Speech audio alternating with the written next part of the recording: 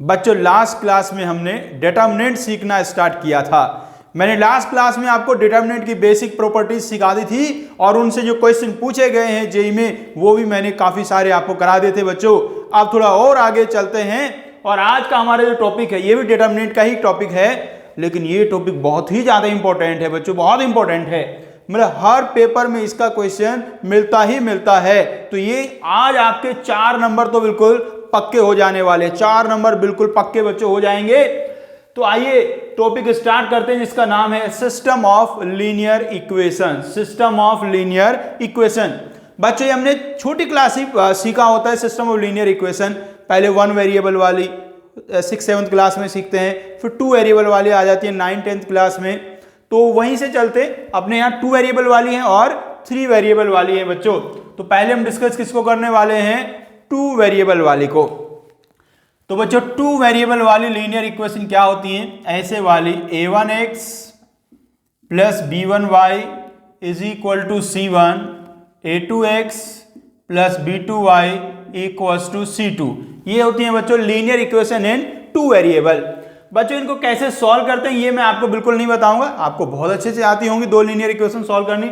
Elimination method, substitution method, ऐसे कई सारे मेथड आपको आते होंगे।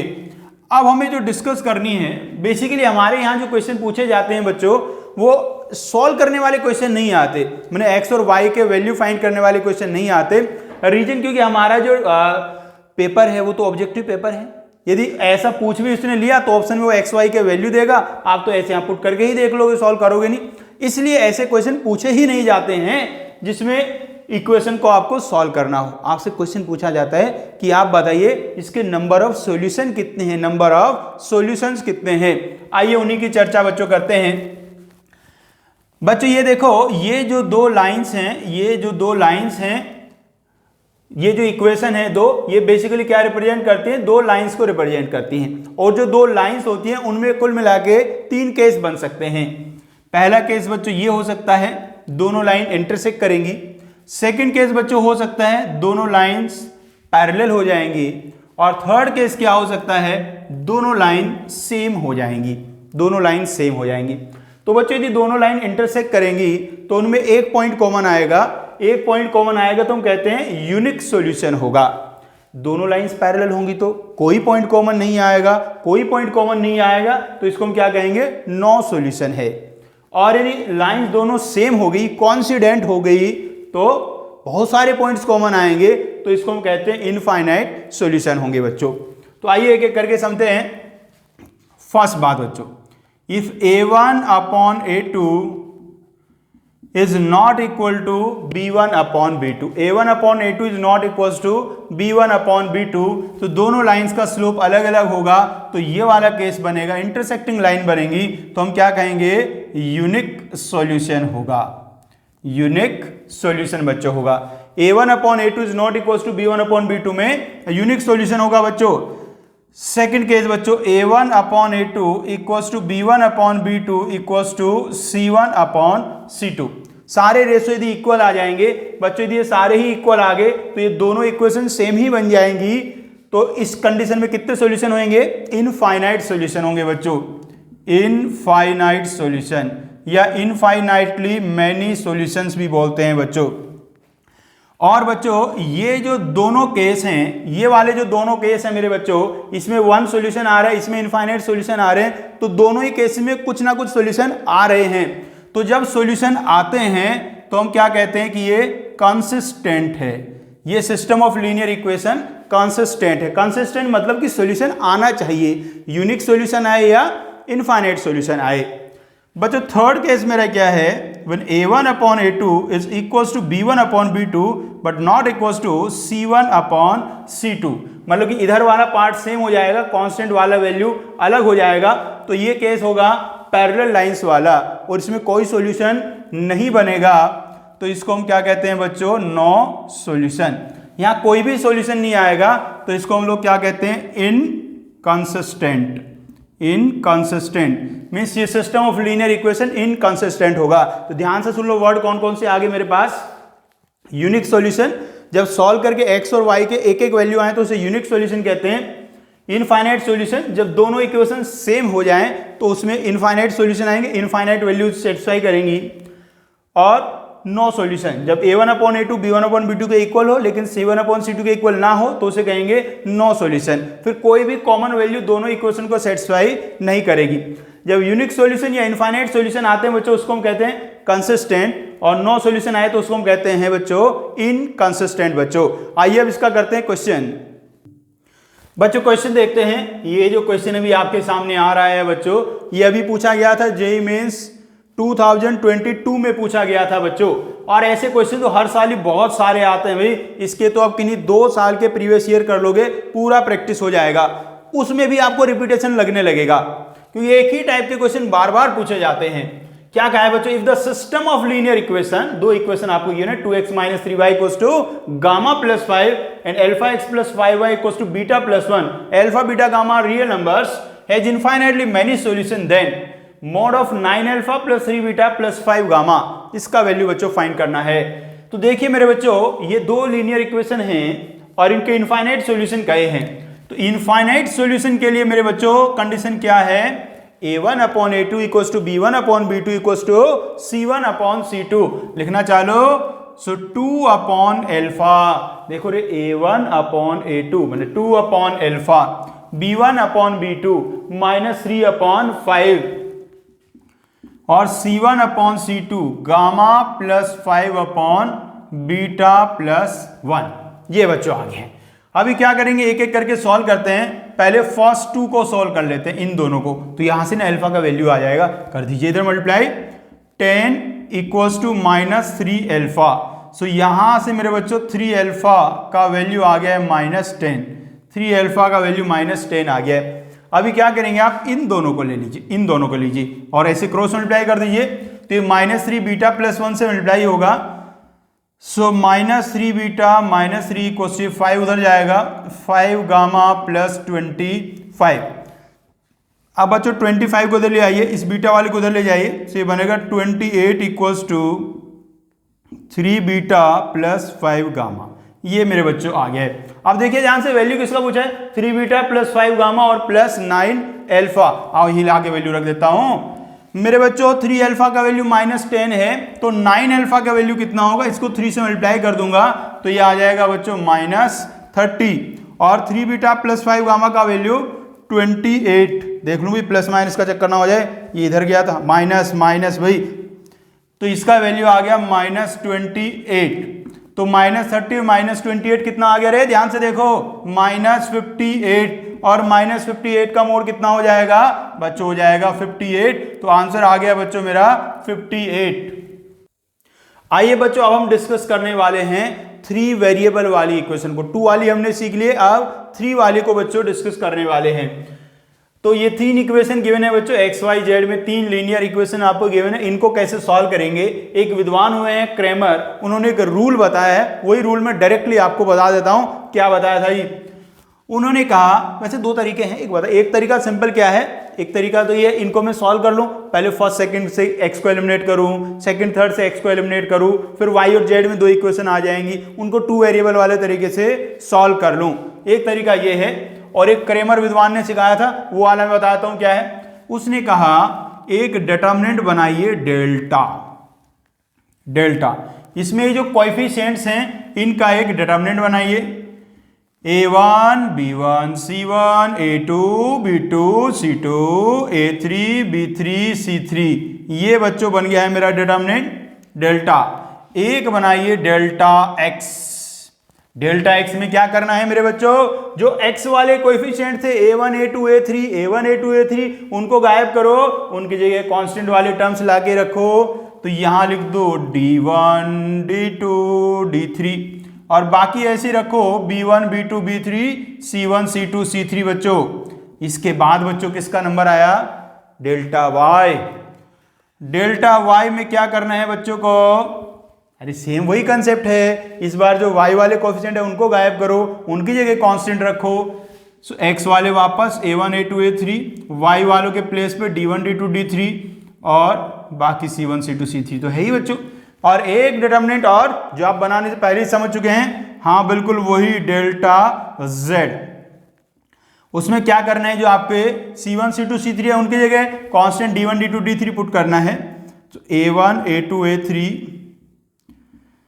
B1 B2 B3 और यहाँ बच्चों D1 D2 D3, ये बच्चों आ गए हैं, ये 4 डिटर्मिनेंट बच्चों बन गए हैं। अब इनसे वैल्यू कैसे निकालते हैं, बहुत ही सिंपल है बच्चों। जो x का वैल्यू होता है वो डेल्टा x अपॉन डेल्टा होता है, y का वैल्यू बच्चों होगा डेल्टा y अपॉन डेल्टा, और z का वैल्यू होगा डेल्टा z अपॉन डेल्टा बच्चों। ये सारे वैल्यूज होंगे when delta is not equal to 0। Delta 0 नहीं हुआ तो ये फॉर्मूले यूज करके आप x y z के वैल्यू फाइंड कर सकते हैं बच्चों। तो ये एक बेसिक छोटी सी बात, इसको कहते हैं क्रैमर्स रूल। लेकिन जैसा मैंने आपको बताया हमारे यहाँ जो क्वेश्चन आएंगे मेरे बच्चों, वो ऐसे तो आएंगे नहीं एक्स वाई जेड की वैल्यू निकालने वाले। वो कौन से आएंगे, वो आएंगे नंबर ऑफ सॉल्यूशन बताने वाले, इनफाइनाइट सॉल्यूशन, यूनिक सॉल्यूशन या नो सॉल्यूशन, इनको डिस्कस करना होगा। आइए तो वो मैं डिस्कस करता हूं आपके सामने कि किस कंडीशन में कितने सॉल्यूशन आएंगे। यहां सिखा दूं भाई, यहां सिखा देता हूं, छोटी सी बातें हैं। पहली बात बच्चों, फर्स्ट कंडीशन, इफ दिखाई दे रहा रे, if delta is not equal to 0। बच्चों डेल्टा का वैल्यू यदि 0 के इक्वल नहीं हुआ तो x का एक वैल्यू आएगा, y का एक वैल्यू आएगा और z का एक वैल्यू आएगा। तो कितने सॉल्यूशन हुए, unique solution. When delta is not equal to 0 then unique solution.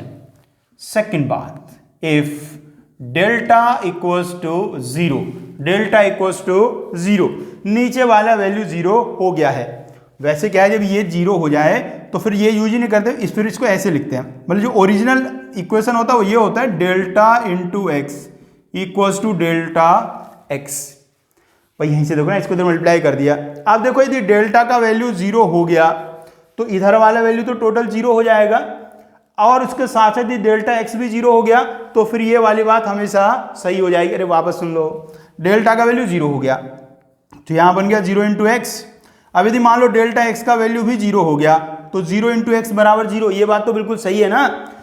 तो मैं कह रहा हूं कि डेल्टा का वैल्यू 0 हो और इसके साथ साथ डेल्टा एक्स, डेल्टा वाई और डेल्टा जेड सभी के वैल्यू 0 हो जाएं, तो ऐसा सीन बनेगा 0 इंटू एक्स इक्वल्स टू 0। बच्चों 0 इंटू एक्स इक्वल्स टू 0 में एक्स का वैल्यू क्या रख सकते हो आप, कुछ भी रख सकते हैं भाई। अरे कुछ भी रखोगे 0 से मल्टीप्लाई करके 0 ही आ जाएगा। तो यहाँ एक्स के कितने वैल्यू आ सकते हैं, बहुत सारे आ सकते हैं। बहुत सारों का मतलब इनफाइनाइट वैल्यू जा सकते हैं। तो इस केस में क्या बनेंगे, इनफाइनाइट सॉल्यूशन, इनफाइनाइट सॉल्यूशन। तो बच्चों डेल्टा 0 नहीं आए तो यूनिक सॉल्यूशन, डेल्टा 0 आ जाए और उसके साथ साथ delta X, delta Y, delta Z सभी के वैल्यू 0 आ जाएं तो कहलाएंगे इनफाइनाइट सॉल्यूशन। और तीसरा case, when delta equals to 0, delta तो 0 आ जाए लेकिन डेल्टा एक्स 0 ना आए, फिर देखिए क्या होगा। मान लो डेल्टा तो 0 हो गया, डेल्टा एक्स का वैल्यू मान लो 2 आ गया, तो ये तो 0 इंटू 2 बराबर 0 इंटू एक्स बराबर 2 आ गया, और 0 इंटू एक्स तो 0 होता है तो 0 बराबर 2 आ गया। ये तो बहुत ही गलत बात है, ऐसा थोड़ा ना होता है। तो इस केस में हम क्या कह रहे हैं कि डेल्टा 0 हो गया और ये 0 ना हुए तो फिर कोई भी सॉल्यूशन नहीं आएगा। If delta equals to 0 and at least one of delta X, delta Y, delta Z is non zero, तो क्या बनेगा बच्चों, फिर कहलाएंगे नो सॉल्यूशन। इस कंडीशन में कोई भी सॉल्यूशन नहीं आएगा बच्चों।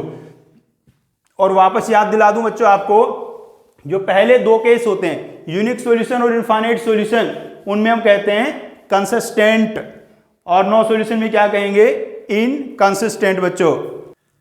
अब बच्चों हम चर्चा करते हैं, यदि ये कांस्टेंट जो है, कांस्टेंट, ये सारे के सारे कांस्टेंट 0 हो जाएं, सारे के सारे कांस्टेंट 0 हो जाएं। जब बच्चों सारे कांस्टेंट 0 हो जाएंगे तो यहां देखो, इसका डिग्री 1, इसका डिग्री 1, इसका डिग्री 1, तो सबका डिग्री सेम हो जाएगा, सबका डिग्री 1 1 हो जाएगा।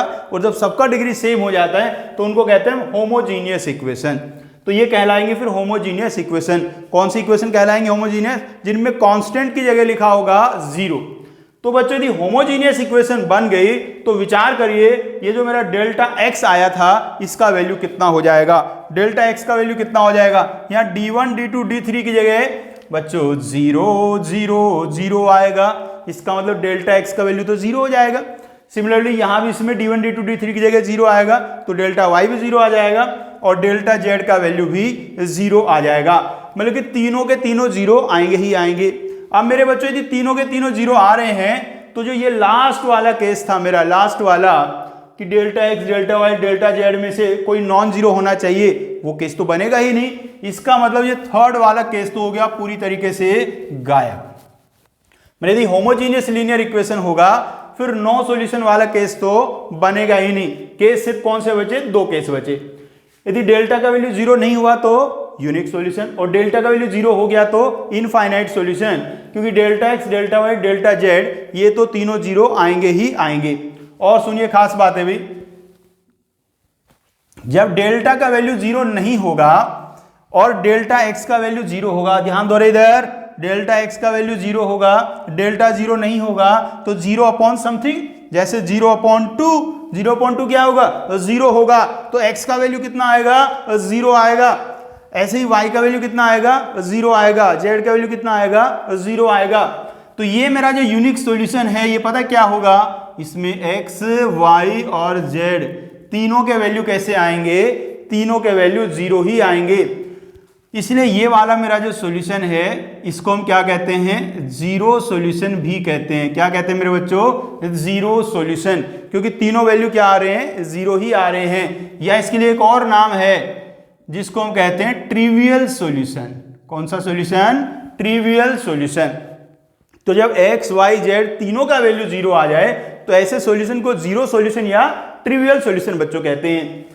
तो ये जो सेकंड वाला केस है, जब डेल्टा 0 नहीं आया तो x के बहुत सारे वैल्यू आएंगे, इनफाइनाइट सॉल्यूशन आएंगे, 0 भी उनमें आएगा और कुछ नॉन जीरो वाले भी आएंगे। तो जब x, y, z के वैल्यू तीनों के 0 नहीं होंगे तो उसको हम क्या कहेंगे? Non trivial solution. नाम याद रहेगा, कौन सा सॉल्यूशन? Non trivial solution.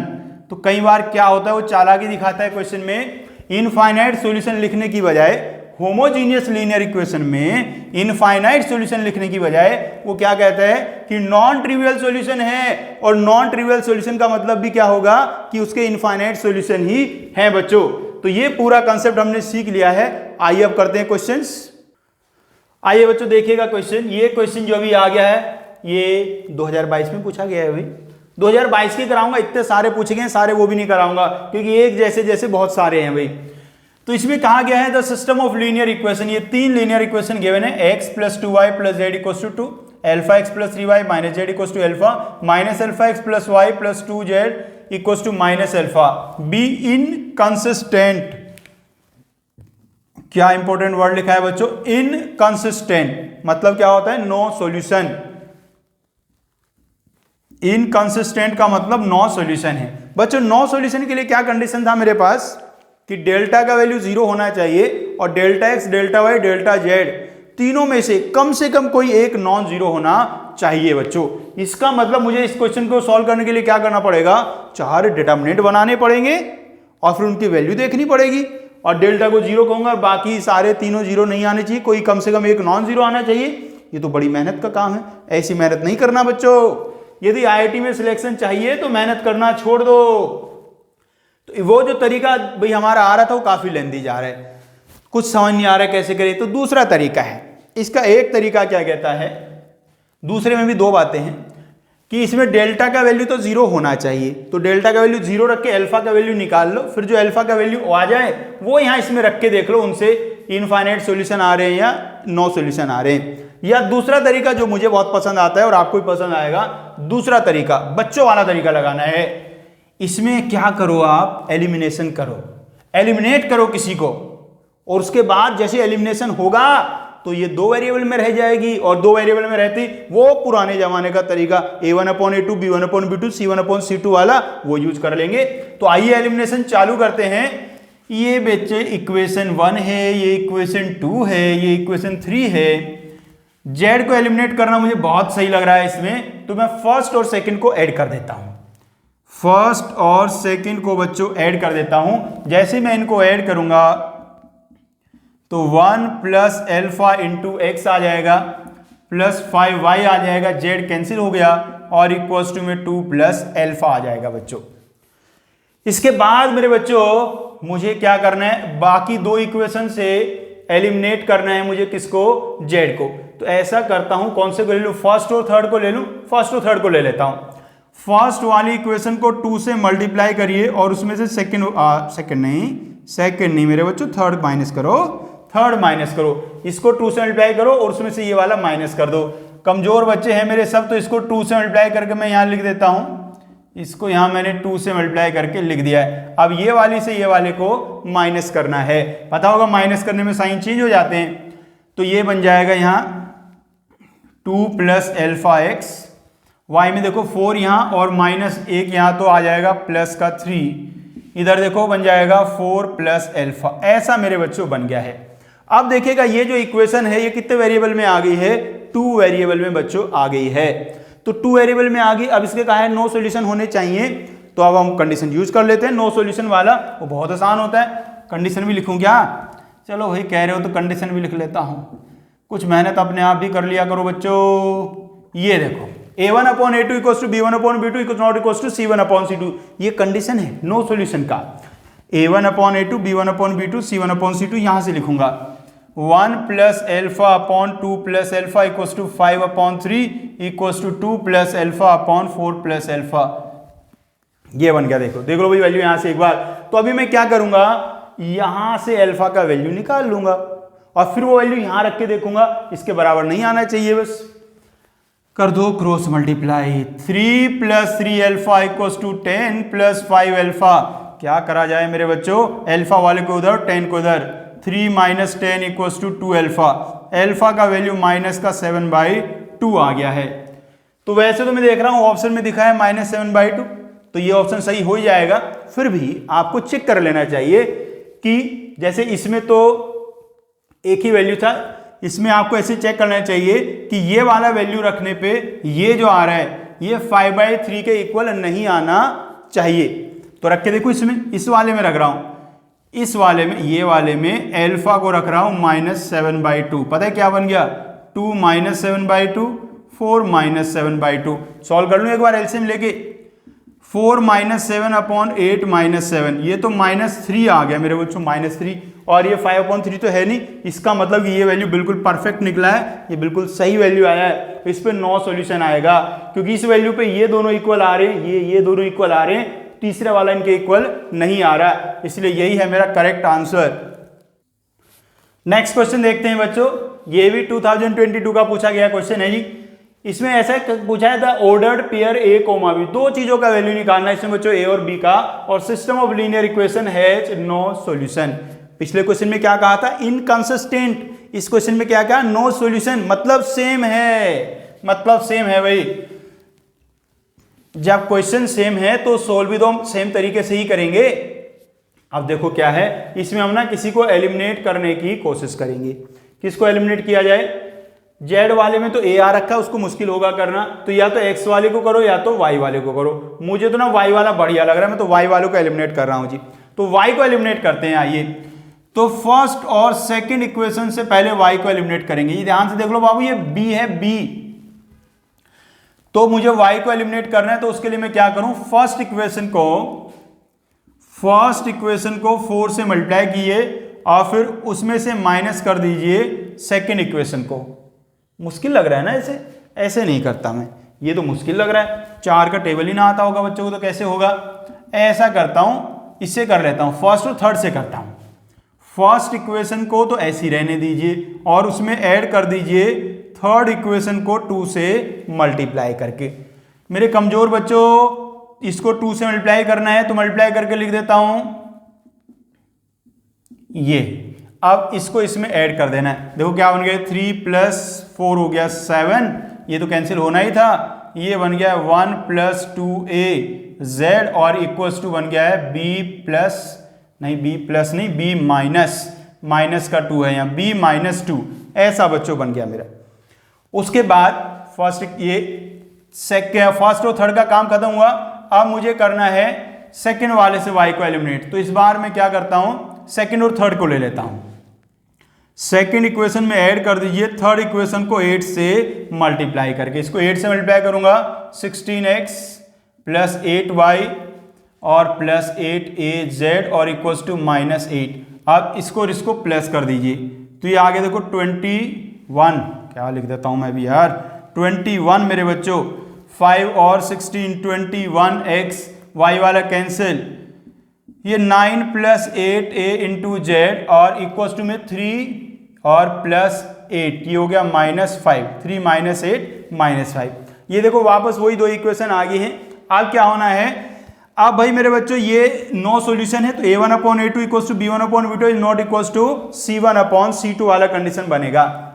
यहां लिखता हूं, इस बार ना ये वाला ऊपर लिख लूं, ये वाला ऊपर लिख लेता हूं, तो 21/7 ये वाला ऊपर लिखा तो अब ये वाले ही ऊपर लिखने पड़ेंगे हमेशा। 9 + 8a/1 + 2a और भाई इधर आ जाएगा -5/b-2। पहले वाले दोनों इक्वल होने चाहिए, बाद वाले इक्वल नहीं होने चाहिए। आइए सॉल्व कर देते हैं, इसको इससे कैंसिल करा बच्चों, आ गया 3, क्रॉस मल्टीप्लाई कर लो, 3 + 6a, 3 + 6a equals to 9 + 8a। अब क्या करता हूं, a वाले को उधर ले जाता हूं, इसको उधर, तो ये आ गया 3 - 9 equals to 2a। So a का वैल्यू आ गया है बच्चों -3, शायद देख लो ना, इधर -6 बन जाएगा बच्चों, 2 से डिवाइड कर दूंगा तो a का वैल्यू आ गया -3। अब मुझे a और b के वैल्यू निकालने थे, a का वैल्यू -3 दो ऑप्शन में गिवन है। अब मैं क्या करूंगा, a का वैल्यू -3 तो आ गया है, अब मैं क्या करता हूं, इसका वैल्यू देखता हूं, इसका वैल्यू 3 के इक्वल नहीं होना चाहिए। So -5/b-2 not equals to 3, -5 equals not equals to 3b-6। या तो आप ऐसे कर सकते हैं, इक्वल्स टू का साइन पहले लगाते रहो, बाद में काट देना। तो ये बन गया 3b नॉट इक्वल्स टू, ये वाला इधर जाएगा तो इधर जाके बचाएगा 1। So b is not equal to 1/3। b का वैल्यू 1/3 नहीं होना चाहिए, a -3 होना चाहिए और b 1/3 नहीं होना चाहिए। तो ये वाला ऑप्शन में देख रहा हूं, इसमें a -3 तो है लेकिन b का वैल्यू 1/3 है, तो ये गलत हो गया। सही कौन सा हो गया, ये वाला भी, ये आ गया बच्चों सही आंसर। बच्चों एक और क्वेश्चन देखिएगा, ये भी जेईई मेंस 2022 में पूछा गया है भाई। वैसे बार बार बताने की जरूरत नहीं, बता चुका हूं, सारे 2022 के करा रहा हूं, आप सारे कर लेना भैया, 2021 के 2020 के कर लेना आप लोग भी कुछ, खाली मेरे भरोसे मत रहो, अल्टीमेटली आपको ही कुछ करना पड़ेगा। आप अपने हाथ से जब क्वेश्चन करोगे एग्जाम में उसी दिन होने वाला है। कहा है सिस्टम ऑफ इक्वेशन, ये 3 इक्वेशन लिखी है, α x + y + z = 5, x + 2y + 3z = 4, x + 3y + 5z = β has infinitely many solutions. So alpha comma beta का वैल्यू बताना है भाई। इनफाइनाइट सॉल्यूशन के लिए क्या कंडीशन है, एक तो वही डिटरमिनेंट वाले हैं, डेल्टा 0 आ जाए, delta x, delta y, delta z तीनों वो भी 0 आ जाए, उस तरीके से कर सकते हैं, लेकिन वो तो काफी मेहनत वाला काम है तो वैसे नहीं जाएंगे। हम क्या करेंगे, यहां से एलिमिनेशन ही करेंगे बच्चों, एलिमिनेट करेंगे। ध्यान से देख के बताओ मेरे बच्चों, किसको एलिमिनेट करना आपको ज्यादा अच्छा लग रहा है, किसको लग रहा है, y को लग रहा है, y ठीक लग रहा है। वैसे तो z भी बढ़िया लग रहा है लेकिन y में बढ़िया 2 और 3 है, इसमें 3 और 5 है, तो y को एलिमिनेट करते हैं। ये इक्वेशन 1, इक्वेशन 2 और इक्वेशन 3। तो कि कौन सी इक्वेशन से कौन सी इक्वेशन माइनस कर रहे हैं भाई, ऐसा करा जाए, फर्स्ट इक्वेशन को 2 से मल्टीप्लाई किया जाए और उसमें से सेकंड इक्वेशन को माइनस कर दिया जाए। फर्स्ट इक्वेशन को 2 से मल्टीप्लाई करके सेकंड को माइनस कर दो बच्चों, तो पता है क्या बन जाएगा, 2α - 1 इंटू एक्स, और यहां देखो इसको 2 से मल्टीप्लाई किया तो 2z हो गया होगा, यहाँ 3z है, सो -z। यहां बच्चों 10 हो गया होगा, 10 - 4 करूंगा तो 6 आ जाएगा। तो एक तो काम, अब दूसरे में क्या करेंगे, इस बार ऐसा करता हूं, फर्स्ट को 3 से मल्टीप्लाई करता हूं और उससे थर्ड इक्वेशन को माइनस कर देता हूं। तो ये देखो क्या बन जाएगा मेरे बच्चों, 3α - 1 इंटू एक्स, ये तो कैंसिल, यहां देखो बन जाएगा 3z और यहाँ है 5z, तो -2z, और ये बन जाएगा 3 से मल्टीप्लाई किया ना भी, तो 15 - बीटा, 15 - बीटा, ऐसे मेरे बच्चों बन गया है। अब बच्चों इसके बाद इनके कितने सॉल्यूशन है, इनफाइनाइट सॉल्यूशन है, तो इनफाइनाइट सॉल्यूशन के लिए क्या कंडीशन होगा, a1/a2 = b1/b2 = c1/c2।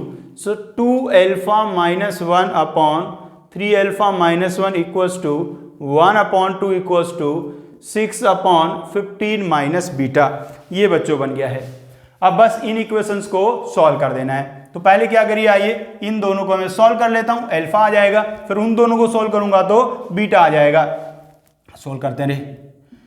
4 alpha minus 2 equals to 3 alpha minus 1, alpha वाले को इधर लाया तो ये हो गया अल्फा, इसको उधर ले गया तो 1, अल्फा का वैल्यू मेरे बच्चों आ गया, बहुत ही आराम से 1 आ गया, बहुत आराम से 1 आ गया है। अब इन दोनों को देखना है तो इनको भी ऐसे क्रॉस मल्टीप्लाई करता हूं, 15 माइनस बीटा इक्वल्स टू 12, सबको साफ साफ दिखाई दे रहा है कि बीटा का वैल्यू कितना आ गया बच्चों, 3 आ गया है। तो अल्फा का वैल्यू 1, बीटा का वैल्यू 3 आ गया बच्चों। आओ बच्चों नेक्स्ट क्वेश्चन की तरफ बढ़ते हैं, बताने की जरूरत नहीं है, 2022 के पूछा गया क्वेश्चन है।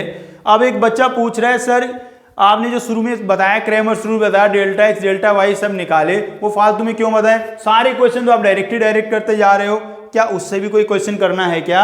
हाँ बिल्कुल करना है, क्यों नहीं। देखो मेरे बच्चों, यदि इक्वेशंस में अननोन काफी ज्यादा जगह लिखे हों, अननोन ज्यादा काफी लिखे हों, तो फिर क्या होगा, जब आप एलिमिनेशन करेंगे तो एक्सप्रेशन थोड़ी अच्छी नहीं बनेगी, थोड़ी खराब बन जाएंगी। तो उस केस में हम क्या करते हैं, एलिमिनेट नहीं करते, दूसरा तरीका अपना लेते हैं डिटरमिनेंट वाला, ठीक है ना। तो आइए जैसे ये वाला क्वेश्चन मैं देख रहा हूं, ये 3 इक्वेशन गिवन है, इनकंसिस्टेंट है, तो मुझे वही करना है सब कुछ जो करना चाहिए। एक तो एलिमिनेशन वाला तरीका, उससे आप कर सकते हैं, और इस बार मैं दूसरे तरीके से कर रहा हूं कि बहुत सारे सवाल करा दिए एलिमिनेशन वाले से, कौन सा कब यूज करना है ये ध्यान से समझ लेना। इस क्वेश्चन के बाद एक बार फिर रिपीट कर दूंगा। तो बच्चों यदि ये इनकंसिस्टेंट है तो इसमें डेल्टा का वैल्यू कितना होगा, 0 होगा, डेल्टा का वैल्यू 0 होगा। बाकी delta X delta Y delta Z का क्या होगा बाद में सोचेंगे, पहले डेल्टा का वैल्यू 0 होगा, ये बात कर लेता हूं। डेल्टा क्या बना मेरा, 1 1 1 अल्फा 2 अल्फा 3 1 3 अल्फा 5, ये मेरे बच्चों बना है।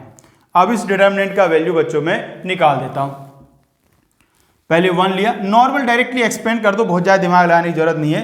10 अल्फा माइनस 9 अल्फा, मतलब कि अल्फा माइनस 1 इंटू, इसको छोड़ोगे इसको छोड़ोगे, 5 अल्फा माइनस 3, 5 अल्फा माइनस 3, फिर ये वाला लेता हूं 1 इंटू, ये बन जाएगा 3 alpha square minus 2 alpha, 3 alpha square minus 2 alpha equals to 0। ऐसा मेरे बच्चों बन गया है। अब इसको मैं सिंप्लीफाई कर लेता हूं, alpha minus 5 alpha plus 3 alpha square minus 2 alpha equals to 0, 3 alpha square.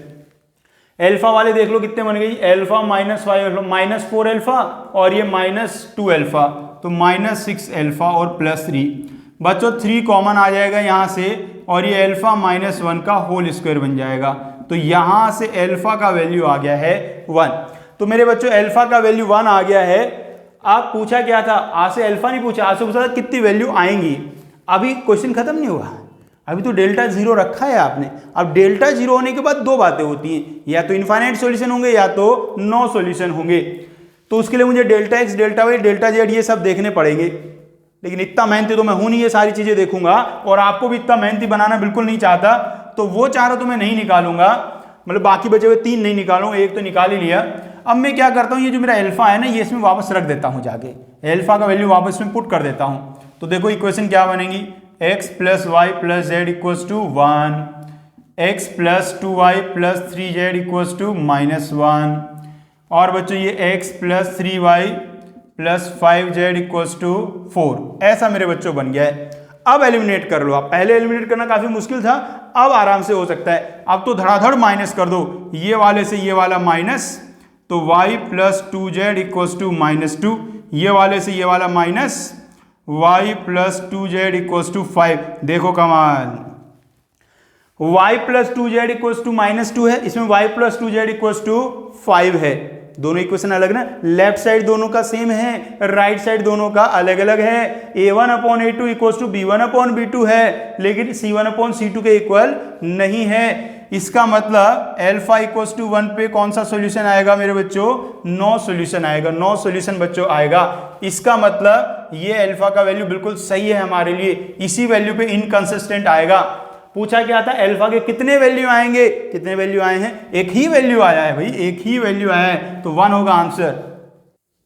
चलिए बच्चों नेक्स्ट क्वेश्चन देखिएगा, ये भी बिल्कुल वैसा ही क्वेश्चन है, और तीन इक्वेशन आपको गिवन है, कहा है इनकंसिस्टेंट है। इनकंसिस्टेंट तो के वैल्यू के बारे में पूछा है, के का वैल्यू क्या होगा, कौन सी वैल्यू के लिए कंसिस्टेंट है, इन नहीं कंसिस्टेंट है बच्चों। कंसिस्टेंट का मतलब या तो यूनिक सॉल्यूशन है या तो इनफाइनाइट सॉल्यूशन है बच्चों। तो क्या करा जाए, इसमें तो देखो डिटरमिनेंट तो नहीं बनाऊंगा क्योंकि इसमें ज़्यादा जगह मुझे अननोन दिख नहीं रहा है, कि यहाँ दिख रहा है छोटा जगह, यहाँ दिख रहा है, तो इसको मैं डायरेक्ट ही सॉल्व करूंगा। और डायरेक्ट सॉल्व करने के लिए मुझे क्या करना पड़ेगा, मुझे एलिमिनेशन करना पड़ेगा बच्चों। ये फर्स्ट इक्वेशन, ये सेकेंड इक्वेशन, और ये मेरे बच्चों हो गई थर्ड इक्वेशन। तो किसको एलिमिनेट करूं, मुझे तो भाई y अच्छा लग रहा है क्योंकि y वाले में कहीं भी कोई गड़बड़ है नहीं, तो y को एलिमिनेट करूंगा। तो y को एलिमिनेट करने के लिए क्या ऑपरेशन यूज करने हैं, देखो सबसे पहले एक आध ऑपरेशन तो यहां लगा देता हूं, यहां दिखाता हूं। ये देखो थर्ड और फर्स्ट को लेता हूं पहले, तो फर्स्ट इक्वेशन से नहीं, थर्ड इक्वेशन को 3 से मल्टीप्लाई करता हूं और फिर उसमें से फर्स्ट वाली इक्वेशन को माइनस कर देता हूं। तो 3 से मल्टीप्लाई करके देखो यहाँ हो जाएगा -12x, यहाँ 3y, यहाँ 9z और इक्वल्स टू 12। अब इससे इसको माइनस कर देता हूं, इससे इसको माइनस, पता है क्या बन जाएगा, k-12 बच्चों x, ये तो कैंसिल होने, इससे इसको माइनस करूंगा, यहाँ 9 है और वहां 14 है, 9 + 14 23z इक्वल्स टू, देखो ये वाले से ये वाले को माइनस करूंगा तो ये आ गया -13 बच्चों। अब उसके बाद सेकेंड वाली इक्वेशन से मुझे y को एलिमिनेट करना है, तो इसके लिए मैं क्या करूंगा, थर्ड वाली इक्वेशन को 4 से मल्टीप्लाई करूंगा और फिर उससे सेकेंड को माइनस करूंगा। 4 से मल्टीप्लाई करके -16 + 4y 12z और इक्वल्स टू 16 ऐसा बन जाएगा। अब ये वाले से ये वाले को माइनस कर देता हूं, -16 -15 तो बचा माइनस का x, ये कैंसिल हुआ, ये बन जाएगा 12 + k और ये 16 - 3, ये आ गया बच्चों 13, 16 - 3 आ गया 13, वहां भी आ रहा है 13, बहुत बढ़िया। अब भाई इसके कैसे सॉल्यूशन होने चाहिए, ये कंसिस्टेंट होना चाहिए, या तो इनफाइनाइट सॉल्यूशन हो और या तो इसके यूनिक सॉल्यूशन हो। तो आइए देखते हैं क्या बनेगा। तो भाई इसका क्या रेशियो इक्वल रख देते हैं, a1/a2 इक्वल्स टू, एक यहाँ z भी रहेगा, z लिख लेना, a1/a2 इक्वल्स टू b1/b2। अब बच्चों लिख देते हैं कंडीशन a1/a2 वाला, तो क्या बना, ये बना k-12/-1, इधर बच्चों बनेगा मेरे 23/12 + k, और यहां है बच्चों मेरा -13/13, मतलब कि -1, तो -1 ही लिख देता हूं, ये है बच्चों मेरा -1, ये है बेटा। अब देखो जी कंडीशन क्या है, या तो ये तीनों इक्वल होने चाहिए या तो पहले वाले दो इक्वल नहीं होने चाहिए। तो मैं क्या कहता हूं, पहले वाले जब दोनों इक्वल होंगे, भाई वो तो कांस्टेंट वैल्यू है ही, पहले वाले दोनों को इक्वल कर लेता हूं एक बार, इन दोनों को इक्वल रख के सॉल्व करता हूं, मल्टीप्लाई कर लो इधर, ये देखो 12 + के, ये k-12, तो ये k² - 12² equals to -23, k² equals to 121 आ जाएगा बच्चों। तो यहां से k का वैल्यू आ जाएगा +-11। तो बच्चों जब k का वैल्यू +11 या -11 होगा तो a1/a2 इक्वल्स टू b1/b2 आएगा। अब मुझे ये देखना है कि जब मैं k का वैल्यू रखूंगा 11 या -11, तो ये वाला वैल्यू -1 के इक्वल आ रहा है या नहीं आ रहा है। यदि ये वैल्यू -1 के इक्वल ही आया तो इनफाइनाइट सॉल्यूशन होंगे, और -1 के इक्वल नहीं आया तो फिर नो सॉल्यूशन होंगे। तो बच्चों चलते हैं, पहले मैंने k को क्या ले लिया, k को मैंने ले लिया है 11, k को 11 यहां पुट कर दो इसमें, तो 11 - 12, तो ये 1 आ गया है, 1, k को 11 रखने से ये वाला वैल्यू 1 आ गया है, वो वाला वैल्यू भी 1 ही आएगा, दोनों इक्वल तो होंगे, लेकिन ये -1 के इक्वल नहीं आया। इसका मतलब इसमें कितने सॉल्यूशन आ गए हैं हमारे, ये दोनों इक्वल हैं और ये इक्वल नहीं है, तो यहां आ गया है 9 सॉल्यूशन बच्चों, 9 सॉल्यूशन। तो k = 12 पे तो नो सॉल्यूशन, सॉरी 11 पे, k = 11 पे नो सॉल्यूशन होगा। k = -11 और रख के देख लो भाई, यहाँ -11 -12 हो गया, -23, माइनस से माइनस गया तो आ गया 23, दूसरा भी आएगा 23, लेकिन ये भी तो -1 के इक्वल नहीं है, तो इसमें भी कितने आए हमारे 9 सॉल्यूशन आए हैं बच्चों। 11 और -11 दोनों पे 9 सॉल्यूशन आया है। और बच्चों यदि k का वैल्यू 11 या -11 नहीं हुआ, ये नहीं हुआ, तो फिर हमारा जो a1/a2 है वो b1/b2 के इक्वल नहीं आएगा। तो उसमें क्या कंडीशन आएगा कि यूनिक सॉल्यूशन होगा। अब सुनिए पूरी कहानी। तो पूरी दुनिया के जो नंबर्स हैं उनमें 11 और -11 पे 9 सॉल्यूशन है और बाकी दुनिया के सारे नंबर्स पे यूनिक सॉल्यूशन है। हमसे क्या पूछा गया था, कंसिस्टेंट कहां है? अरे बच्चों 11 और -11 को छोड़ के सब जगह कंसिस्टेंट है। तो कौन सा आंसर आ गया? आंसर आ गया बच्चों डी। चलिए बच्चों नेक्स्ट क्वेश्चन देखेगा। इस क्वेश्चन में कहा गया ऐसे सिस्टम ऑफ लीनियर इक्वेशन है x + y + अल्फा z = 2 ऐसे करके जो भी लिखा है भाई। इसके बाद आपको क्या कहा गया है मेरे बच्चों? इसके बाद कहा है कि ये जो सिस्टम ऑफ इक्वेशन है इसका एक यूनिक सॉल्यूशन है जिसके अजीब से नाम x पे स्टार, y पे स्टार, z पे स्टार ऐसा लिखा है। फिर कहा है अल्फा और x स्टार, y स्टार और alpha x star minus y star are collinear points, are collinear points. Then the sum of absolute values of all possible values of alpha, मतलब अल्फा की जो भी सारी वैल्यूज आएंगी उनको absolute करना है। एब्सोल्यूट करना उनका मॉडुलस करना है, मतलब नेगेटिव साइन आ जाए तो उसको हटाना है और फिर उनको ऐड करना है। तो आइए चालू करते हैं। अब ये कह रहा है इसको सॉल्व करके ना एक वैल्यू आएगा ये वाला। तो क्या करते हैं, सॉल्व कर लेते हैं इनको, इन तीनों इक्वेशन को हम सॉल्व कर लेते हैं। सॉल्व करके वैल्यू आ जाएंगी 3 और फिर कोलिनियर वालों की कंडीशन लगाएंगे और फिर देखते हैं क्या होगा। तो सॉल्व करने जा रहे थे भाई, एलिमिनेशन लगाएंगे। ये दोनों इक्वेशन में देख रहा हूं, कौन सी दोनों देखो समझ नहीं आ रहा। पहली दो देखता हूं, पहले वाली 2 इक्वेशन देखता हूं बच्चों, क्योंकि देखो मेरे थर्ड इक्वेशन में ना y नहीं है। तो यदि मैं फर्स्ट और सेकंड से भी y को एलिमिनेट कर दूं तो फिर 2 ही अननोन बचेंगे। तो ऐसा करता हूं मैं, इसका नाम फर्स्ट, इसका नाम सेकंड और इसका नाम थर्ड है। अब मैं क्या करता हूं, सेकंड वाली इक्वेशन से फर्स्ट वाली इक्वेशन को डायरेक्टली माइनस कर देता हूं मेरे बच्चों। माइनस करूंगा यहां 2x बचेगा और बच्चों y कैंसिल हो जाएगा, ये 1 माइनस अल्फा इंटू जेड और इक्वल्स टू बच्चों बचेगा 2। और ये मेरी थर्ड वाली जो इक्वेशन है वो क्या है, वो है 2x + 4z इक्वल्स टू 2। अरे 2 से मल्टीप्लाई कर दिया इसको। अब देखो इन दोनों इक्वेशन को ध्यान से देखो, इन दोनों इक्वेशन को आप आपस में माइनस कर दो। तो माइनस करोगे तो 1 minus alpha minus 4, 1 minus alpha minus 4 z equals to आ जाएगा 0। ये क्या बन गया, ओए माइनस कॉमन लिया, अल्फा + 3z इक्वल्स टू 0। तो यहां से z का वैल्यू कितना आ गया बच्चों 0। और ये कब आएगा, जब अल्फा का वैल्यू -3 नहीं होगा। तो अल्फा का वैल्यू -3 नहीं होना चाहिए बच्चों। यदि अल्फा का वैल्यू -3 हुआ तो 0 इक्वल्स टू 0 वाला कंडीशन बन जाएगा, फिर इसके इनफाइनाइट सॉल्यूशन आएंगे। लेकिन हमें इनफाइनाइट नहीं, हमें तो कैसा सॉल्यूशन चाहिए, यूनिक सॉल्यूशन चाहिए। तो अल्फा -3 नहीं होना चाहिए, तो z का वैल्यू आ जाएगा 0। अब मेरे बच्चों यदि z का वैल्यू 0 आ गया है तो ये वाली इक्वेशन से x का वैल्यू 1 आ गया है और इससे ऊपर वाली इक्वेशन से यदि आप z को 0 और x को 1 रख दोगे तो y का वैल्यू भी 1 आ गया है। तो ये वैल्यू बच्चों आगे हैं। ये पता है कौन आगे, अरे ये जो स्टार वाले लिख रखे हैं इनके वैल्यू आगे, इसका वैल्यू 1, इसका वैल्यू 1 और इसका वैल्यू 0 आ गया है बच्चों। अब ये जो 3 पॉइंट हैं ये क्या बन गए, ये जो पॉइंट्स गिवन थे क्या क्या बन गए, या x, y और z के वैल्यू रख देता हूं, z तो है नहीं, x और y के वैल्यू रख देता हूं। तो ये आ गया अल्फा कोमा 1, 1 कोमा अल्फा और 1 कोमा -1। ये तीनों पॉइंट कैसे हैं, ये कोलिनियर हैं। तो कोलिनियर का इसमें आप कंडीशन यूज कर देंगे। कौन सा कंडीशन यूज करेंगे भाई, 2 तरीके आते हैं हमें, या तो आप डिटर्मिनेंट बना लो और या तो स्लोप से इक्वल रख दो। कौन सा बढ़िया लग रहा है आपको, डिटर्मिनेंट। चलो डिटर्मिनेंट बना देता हूं। तो इससे जो एरिया ऑफ ट्रायंगल आता था ऐसे अल्फा 1 1 1 अल्फा 1 1 -1 1, इसका वैल्यू होना चाहिए बच्चों 0। अब इसको मैं सॉल्व करके यहां से अल्फा का वैल्यू बच्चों निकाल दूंगा।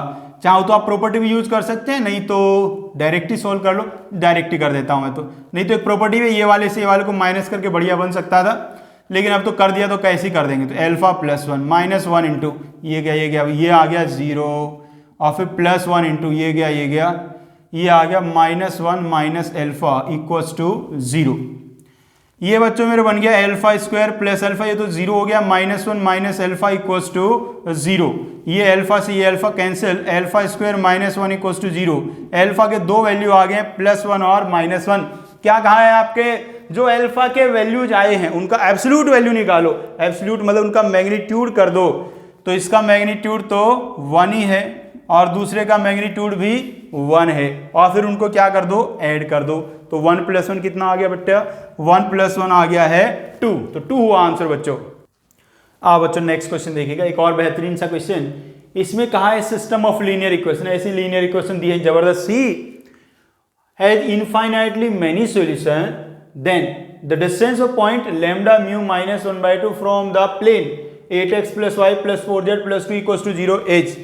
आजकल एक और नया ट्रेंड है, ये क्वेश्चन यदि ज्यादा आसान लगने लगता है तो उसके लास्ट में छोटी सी बात कोई और पूछ लेता है, बहुत आसान सी बात कोई पूछ लेता है। तो इसमें भी ऐसे किया गया, ये सिस्टम ऑफ लीनियर इक्वेशन जो है बच्चों इसके इनफाइनाइट सॉल्यूशन है, तो ये कंडीशन मैं यूज करके लैम्डा और म्यू के वैल्यू निकालूंगा। और फिर कहा गया है ये जो पॉइंट होगा इसका इस प्लेन से डिस्टेंस बताना है। तो पहले मैं क्या करता हूं, लैम्डा और म्यू के वैल्यू निकाल लेता हूं, बाद में देखेंगे डिस्टेंस कौन है। तो भाई उसके लिए क्या करना पड़ेगा, मुझे एलिमिनेशन करूंगा। देखो मेरा जो थर्ड वाला इक्वेशन है उसमें जेड है ही नहीं, तो फर्स्ट 2 से भी मैं जेड को एलिमिनेट कर दूंगा, और वो करना भी बहुत आसान है। क्या करिएगा, फर्स्ट वाली इक्वेशन से माइनस कर दो 4 इंटू सेकेंड वाली इक्वेशन, सेकेंड वाली इक्वेशन को 4 से मल्टीप्लाई करो और माइनस कर दो। तो यहां बन जाएगा बच्चों, यहां छोटा सा लिख देता हूं, ये 4x, ये 4y और ये 4z। 8x - 4x करूंगा तो आएगा 4x, y - 4y करूंगा तो आएगा -3y, y - 4y करूंगा तो आएगा बच्चों -3y, और z वाला हो जाएगा बिल्कुल कैंसिल, और उधर कितना बचेगा, उधर बचेगा -2 ही बच्चों। अब मेरे बच्चों क्या करना है, जो सेकंड वाली इक्वेशन है वो देख लो, लैम्डा x - 3y = म्यू, ऐसा बच्चों आ गया है। तो अब यहां से यदि मैं देख पा रहा हूं बच्चों, तो मुझे साफ साफ कुछ वैल्यू दिखाई दे रही हैं। ये देखो यहां ये 3y है, यहां भी 3y है, इनफाइनाइट सॉल्यूशन होने। तो इनफाइनाइट सॉल्यूशन कब होंगे, जब दोनों इक्वेशन सेम हो जाएंगी। तो दोनों इक्वेशन सेम होने के लिए लैम्डा का वैल्यू 4 और म्यू का वैल्यू -2 आ जाएगा।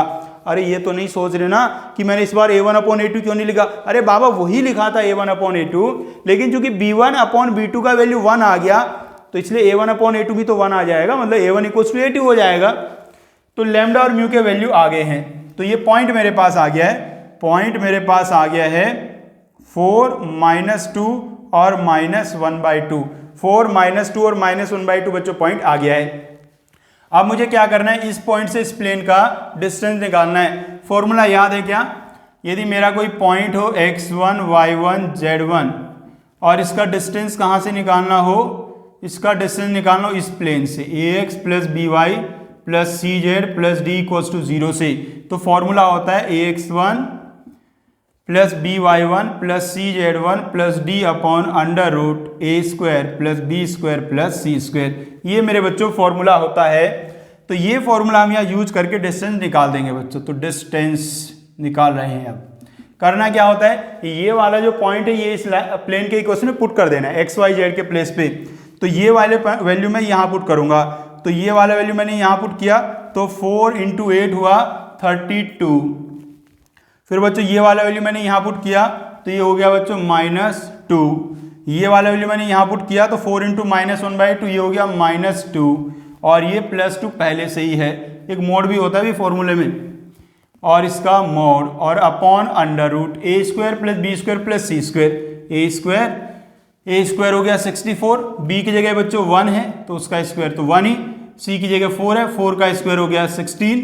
पहले डिनोमिनेटर को ही देख लो बच्चों, ये 81 बन गया, और 81 का रूट आता है 9, तो 81 का रूट बच्चों आ गया है 9। ऊपर देखो ये वाले 2 से ये वाला 2 कटा, 32 - 2 ये आ गया बच्चों 30, और 30/9 को क्या मैं लिख सकता हूँ 10/3 बच्चों लिख सकता हूँ।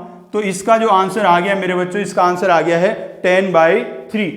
तो बच्चों ये क्वेश्चन आज हमने कर लिए हैं। इसी टाइप के क्वेश्चन आएंगे, पक्का आएगा, ये क्वेश्चन ऐसा पक्का आएगा, और इसको छोड़ के मत आना बाबू, इसको छोड़ के बिल्कुल भी नहीं आना है।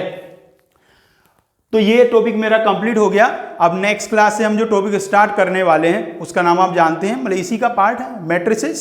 अब मैट्रिसेस को हम पढ़ेंगे। तो मैट्रिसेस में आपको पता ही है सब क्या क्या आता है, प्लस करना, उनको माइनस करना, मल्टीप्लिकेशन, ट्रांसपोज, एडजॉइंट, वो सब सीखने वाले हैं। अच्छा रहेगा एक बार थोड़ा सा रिवाइज करके आप आए क्लास से पहले, तो बहुत ही बढ़िया रहने वाला है बच्चों, ठीक है ना भी। और एक बच्चों कुछ बच्चे ऐसे कह रहे थे कि सर ना बिल्कुल बेसिक से चीज़ों को सिखाइएगा, बहुत कमज़ोर है हमारा, थोड़ा मैथ्स कमज़ोर है। तो उनके लिए मैं कहना चाहता हूं बच्चों, यहाँ टाइम थोड़ा कम है, मैं पूरी कोशिश कर रहा हूँ पूरी सारी चीज़ें आपको बता के चलूँ, एक एक चीज़ें कुछ भी ना छोड़ूँ, सारी बताने की कोशिश करिए।